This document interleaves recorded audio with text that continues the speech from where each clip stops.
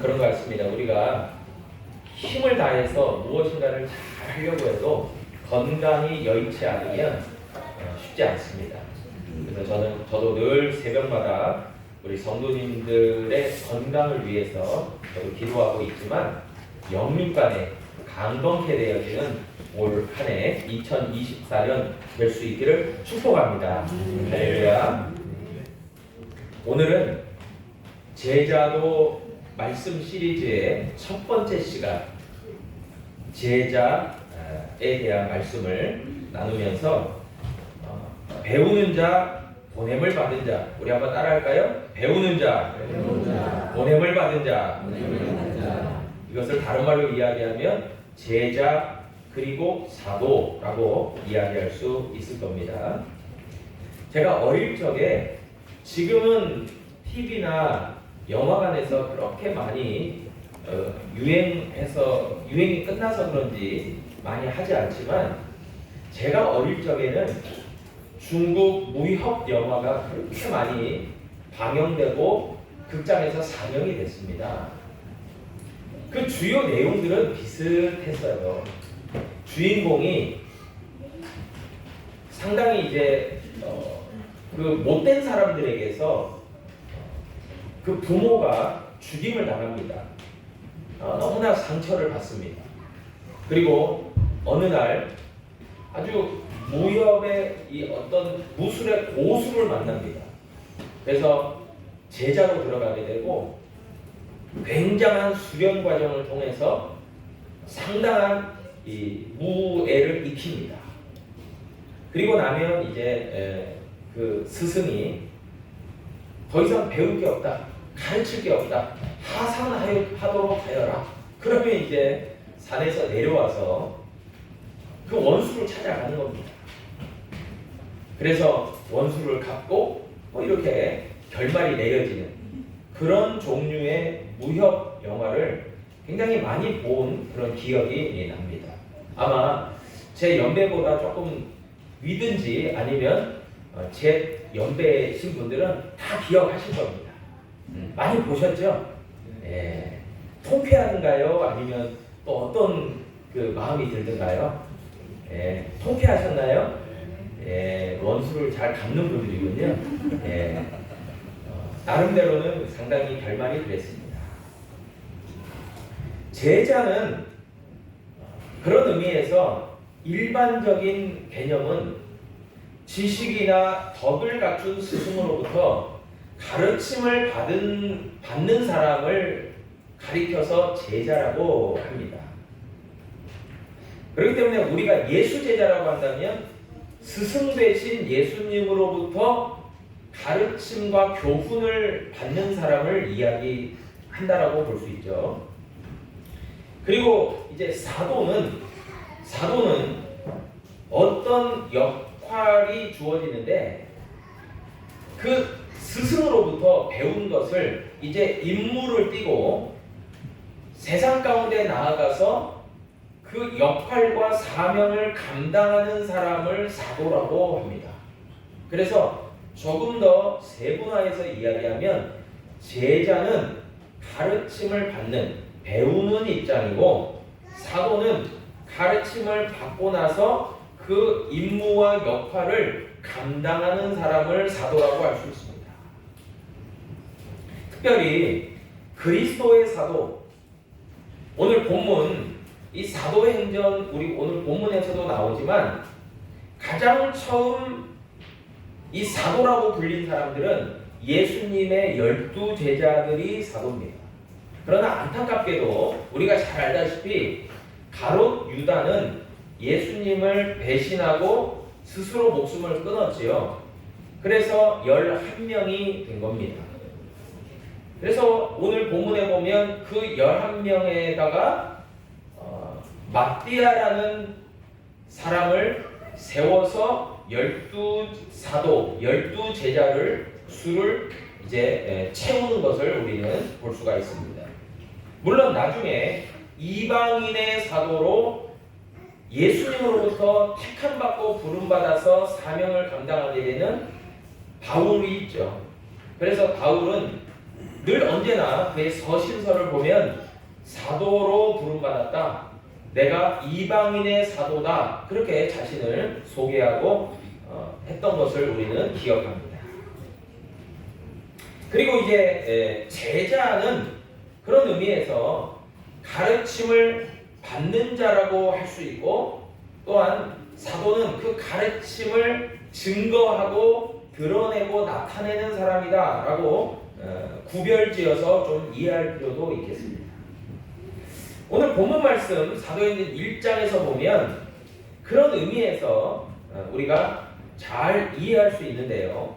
특별히 사도행전 1장 21절로 22절에 보니까 다음과 같이 말합니다. 이러함으로 요한의 세례로부터 우리 가운데서 올려져 가신 날까지, 승천하신 날까지 주 예수께서 우리 가운데 출입하실 때에 항상 우리와 함께 다니던 사람 중에 하나를 세워 우리와 더불어 예수께서 부활하심을 증언할 사람이 되게 하여야 하리라 하거늘, 그렇게 이야기합니다. 그러니까 예수 제자가 누구냐면은 이 본문의 말씀과 같이 요한의 세례, 즉 물세례, 회개에 합당한 세례로부터 시작해서 예수께서 부활하시고 승천하시기까지 항상 주님과 예수님과 동행한 사람들을 제자라고 이야기할 수 있는 거예요. 동행하는 사람, 그분으로부터 가르침을 받고 늘 교훈을 받은 사람이라는 말입니다. 그래서 예수님과 동거동락한 사람, 그 사람들이 예수 제자입니다. 제자는 스승을 함부로 떠날 수가 없습니다. 아까도 이야기했듯이 더 이상 배울 게 없으니 내 곁을 떠나서 너의 꿈을 펼쳐라 할 때까지는 머물러 있는 겁니다. 그런데 예수님께서도 승천하시면서 제자들을 이 땅 가운데 남겨주셨죠. 그러면서 사명을 부여해 주셨습니다. 이제는 너희가 사명을 감당해야 될 때이다 라고 그렇게 이야기하신 거죠. 그래서 저들이 사도로서의 사명을 감당해 나가는 겁니다.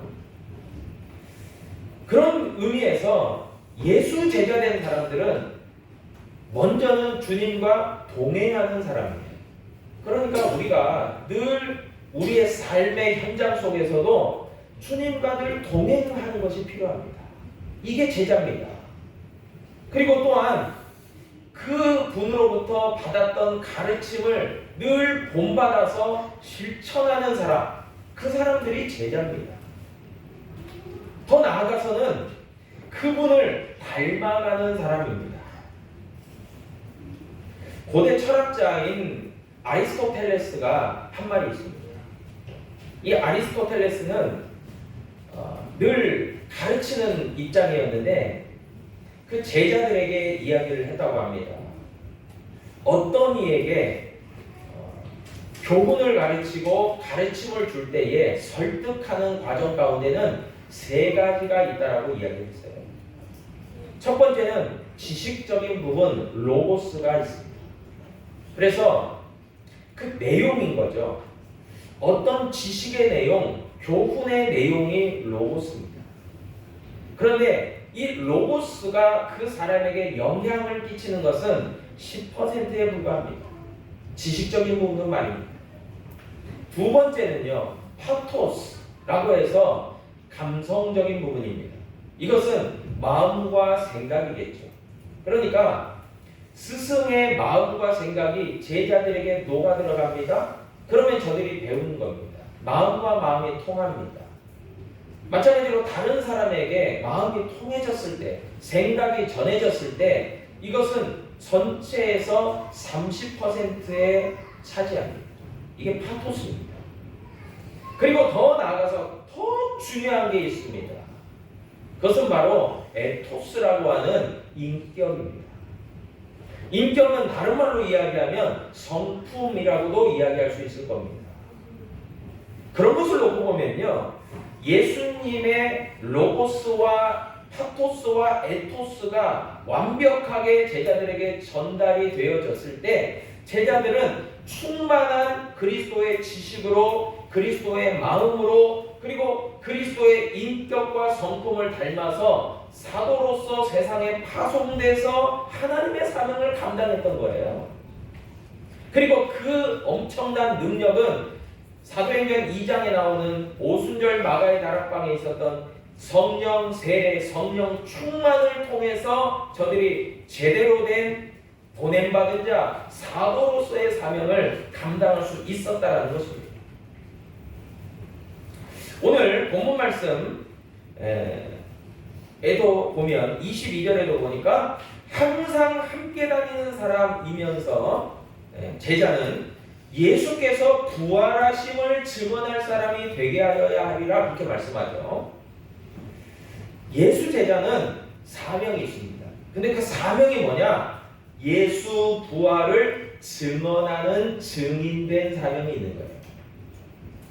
이 증인, witness, 이 증인이 뭡니까? 이 증인이라는 말은 원래는 법정 용어입니다. 법정에서 쓰이던 말입니다. 재판관이 어떤 사건에 대해서 판결을 내릴 때에 증인들이 세워집니다. 그래서 자신이 듣고 본 바를 사실대로 이야기하는 증언이 이루어집니다. 재판정에서. 그럴 때에 이런 증인들을 토대로, 증언들을 토대로 재판관은 시시비비를 가려서 판결을 하게 되어지는 거예요. 여기서 중요한 역할을 하는 증인들이 위트니스들입니다. 그런 의미에서 예수 제자는요, 예수 부활을 증거하는, 증언하는 증인의 사명이 있다는 거예요. 예수께서 십자가에 달리시고 죽으신 후에 약속하신 바대로 3일 만에 부활하셨다는 것을 믿음으로 확신하며 증언할 수 있는 사람들, 저들이 제자고 사도라는 거예요. 여러분, 그렇다고 한다면 저와 여러분들은 분명한 믿음의 확신이 필요한 거죠.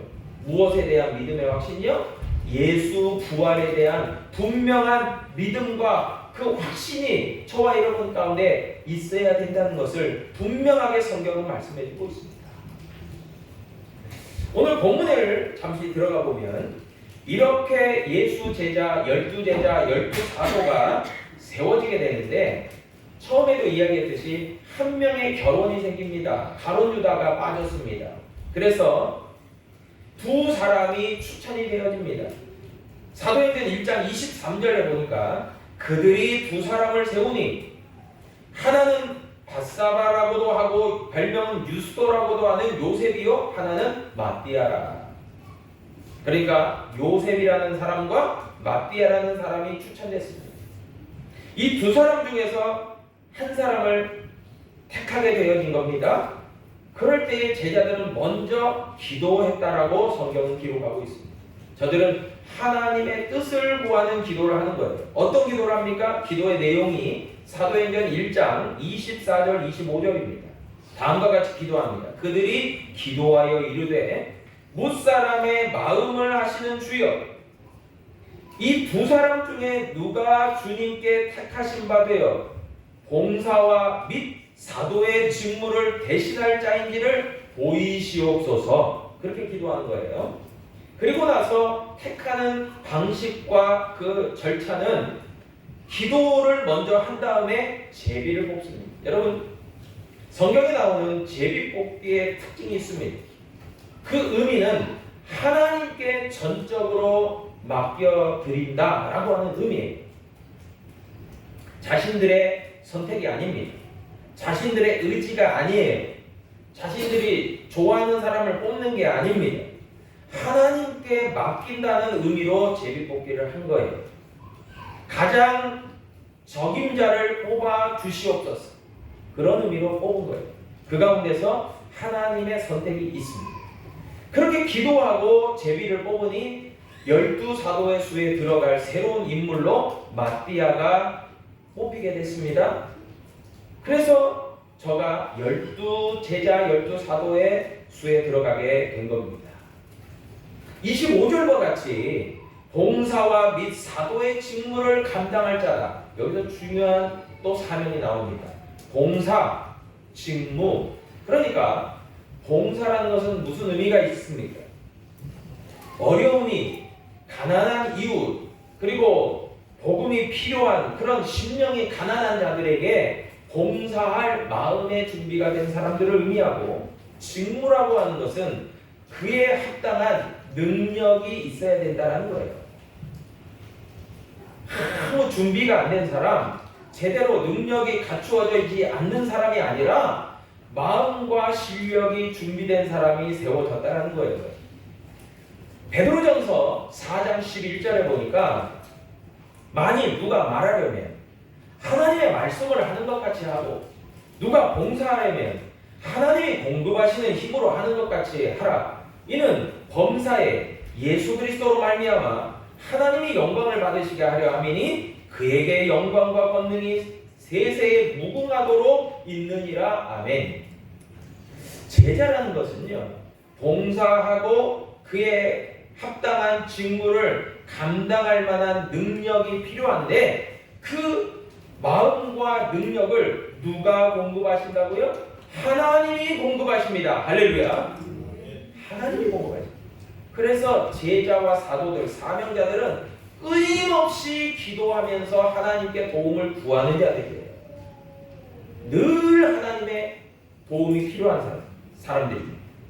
그래서 말씀을 전할 때에도요, 스스로의 말이 아닙니다. 여러분, 자기 말을 하는 것이 하나님의 말씀을 전하는 게 아니에요. 자기 유익을 위해서 하나님의 말씀을 전하는 게 아니에요. 하나님이 주신 말씀을 받아서 전하는 거예요. 근데 그 예에 가장 적합한 분이 누굽니까? 예수님이에요. 여러분, 사복음서를 보면 예수님에 대해서 뭐라고 이야기하십니까? 예수님은 하나님으로부터 오신 분이다. 하나님께로부터 보냄받은 분이다. 그리고 예수님은 스스로 말하지 아니하고 하나님의 말을 전한다 라고도 이야기했고, 예수님은 하나님의 일을 한다라고 이야기했지 자기의 일을 한다라고 얘기하지 않았어요. 그런 의미를 놓고 보면 하나님의 말씀을 전하는 것이나 봉사하는 것이나 그 모든 것들도 하나님께로부터, 하나님이 공급하시는 것으로부터 하나님의 능력으로 감당되어지는 것을 여러분 우리가 잘 알 수가 있습니다. 그런 사람들이 바로 제자요 사도인 것이죠.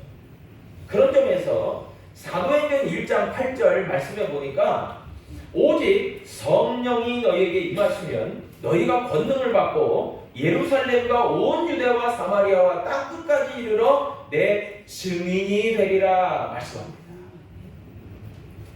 예수님께서는 분명하게 말씀하셨어요. 너희가 제자의 사명, 사도의 사명을 감당할 것인데 성령이 임하기까지 기다려라, 웨이팅해라 얘기하셨어요. 절대로 함부로 세상으로 먼저 나가지 마라. 너희에게 성령이 기름 붓듯이 부어지고 충만할 때까지 기다려라. 능력이 부어질 때까지 기다려라 말씀하신 거예요. 여기에서 권능이라고 얘기하는데요, 이 권능을 헬라어로 원어로 두나미스라고 합니다. 여러분, 두나미스는요 파워, 능력, 힘을 나타냅니다. 곧 하나님의 능력을 얘기하죠. 자동차로 말하면 엔진과도 같은 능력입니다. 엔진에 기름이 들어가고 실린더가 움직이면서 폭발력을 가지고 차가 나갑니다. 여러분, 제자는요 성령의 엔진을 달고 날마다 성령의 기름을 가지고 힘있게 능력있게 주의 복음의 증인된, 예수 부활의 증인된 사명을 감당하는 사람들이 제자요 사도라는 것입니다. 그런데 그런 사도와 제자의 직분을 오늘을 살아가는 저와 여러분들에게 주셨다는 거예요. 부르시고 택하시고 우리를 보내신다는 거예요. 세상 가운데로. 얼마나 감격스럽고 감사한 일입니까? 우리처럼 부족하고 연약한 자들을 세워서 말이에요. 여러분, 그런데 제자들은 능력받았을 때에는 놀라운 역할들을 합니다.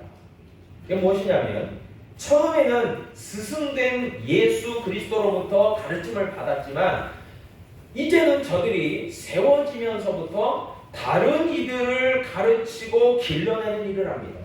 디모데후서 2장 2절에 보니까 또 내가 많은 증인 앞에서 내게 들은 바를 충성된 사람들에게 부탁하라. 그들이 또 다른 사람들을 가르칠 수 있으리라. 저는 참 예수 제자, 참 그리스도의 교회가 되기 위해서는 가르치는 사역과 배우는 사역과 가르치는 사역과 세상에 나가서 복음을 전하는 사역이 유기적으로 이루어져야 된다고 생각해요. 그래서 교회는 예수 그리스도의 복음과 진리를 항상 배워야 돼요. 그리고 배운 것을 다른 이들에게 또 가르칠 줄 알아야 돼요. 그리고 그것을 세상에 나가서 전파할 줄 알아야 되는 거죠. 바울이 디모데를 가르치고 디모데는 또 다른 제자들을 가르치고 길러냈어요. 이렇게 제자는요, 스승에게서 배우기도 하지만 먼저는 나중에는 자기가 스승이 되어서 다른 이들을 제자로 길러내는 사람들을 이야기합니다. 히브리서 12장 1절에 보니까 이러므로 우리에게 구름같이 둘러싼 허다한 증인들이 있으니 모든 무거운 것과 얽매이기 쉬운 죄를 벗어버리고 인내로써 우리 앞에 당한 경주를 하며, 여러분 우리가 이제 능력 받았잖아요. 어떤 실력을 갖추었잖아요. 그리스도의 마음과 그리스도의 어떤 그 성령의 능력을 갖추었잖아요. 그러면 달려가야 되는 것입니다. 그럴 때 믿음의 경주를 하는 거예요. 그런데 예수 제자는요, 마치 경기장에서 경주를 하는 이어달리기 선수와도 같이 예수님이 우리에게 바톤을 물려줬어요. 그러면 그 예수 복음의 바톤을 다음 주자에게 물려주기까지 최선을 다해서 달려가야 돼요. 그것을 사도 바울은 다음과 같이 디모데후서 4장 7절에서 고백하고 있습니다. 나는 선한 싸움을 싸우고 나의 달려갈 길을 마치고 믿음을 지켰다라고 고백하고 있습니다. 예수 제자는요, 그런 의미에서 믿음의 경주자입니다. 이어달리기 선수입니다. 제자로, 사도로, 복음의 증인으로, 믿음의 경주자로 달려가는 사람들이에요. 그런데 그런 사람들의 마지막에는 기다리는 것이 있습니다. 하나님께서 예비하신 상급이에요. 디모데후서 4장 8절에 보니까 이제 후로는 나를 위하여 의의 면류관이 예비되었으므로 주 곧 의로우신 재판장이 그날에 내게 주실 것이며 내게만 아니라 주의 나타나심을 사모하는 모든 자에게 도니라. 아멘. 여러분, 우리는요, 목적과 비전과 방향과 상급이 정해져 있는 하나님의 놀라운 은혜와 축복 가운데서 지금 달려가는 사람들이에요. 저와 여러분들이 그리스도의 부르고 택함받은 제자로, 사도로, 복음의 증인으로, 믿음의 경주자로 최선을 다해서 달려갈 때, 여러분, 저와 여러분들을 기다리고 있는 놀라운 상급, 하늘의 상급이 있음을 여러분 꼭 기억하시기를 축복합니다. 아멘. 우리에게는 준비된 것이 있다는 거예요. 열심히 그러기 때문에 최선을 다해서 달려가야 되는 것입니다. 제가 송구영신 예배 그 이전 설교 때도 말씀을 드렸지만, 예수 제자 되어가는 것은 올 한 해로 다 맞춰질 수 있는 것은 아닙니다. 앞으로도 더 달려가야 됩니다. 우리의 목숨 다하는 날까지 달려가야 됩니다. 그러나 중요한 것은 서두에도 말씀드렸듯이 주님이 우리와 함께 하십니다. 한번 더 하겠습니다. 주님이 우리와 함께 하십니다. 아멘. 아멘. 우리의 삶은 외롭지 않아요. 주님이 항상 함께 하십니다. 힘을 주십니다. 우리를 붙들어 주십니다. 그래서 우리 힘차게 나아갈 수가 있습니다. 바라기는 올 2024년 그런 예수 제자 되어가는 한 해를 우리 전 성도들이 꿈꾸며 믿음으로 달려가기를 바라고, 다음 주일 낮부터는 이 제자도에 대한 핵심적 내용들을 가지고 제가 참고 도서가 여러 권 있는데, 그 중에서 주 참고하는 물론 여러 제자도, 그리고 당신은 제자입니까? 여러 도서들, 훌륭한 도서들이 많은데 제가 좀 주교제로 삼은 책이 있습니다. 존 스토트 목사님의 제자도라는 책인데, 그 제자도가 이야기합니다. 그러니까 이 존 스커트 목사님이 하나님의 부르심을 받기 전에 88세의 나이로 마지막 남긴 유작과도 같은 마지막 책이 제자도입니다. 이 제자도가 이야기하는 제자가 뭐냐? 그 핵심적 8개 주제를 가지고 이제 말씀을 다음 주부터는 나누고자 합니다. 그것이 어떻게 우리의 삶에 적용되면 좋겠고 그것이 어떻게 우리를 제자로 이루어 가야 되는지에 대한 말씀들을 보다 더 구체적으로 다음 주부터 말씀을 나누고 은혜를 나눌까 합니다. 여러분 바라기는 정말 올 한 해 예수 제자 비전을 가지고 그런 소원을 가지고 믿음의 경주자로 스타트하는 저와 여러분 될 수 있기를 다시 한번 주님의 이름으로 축복합니다.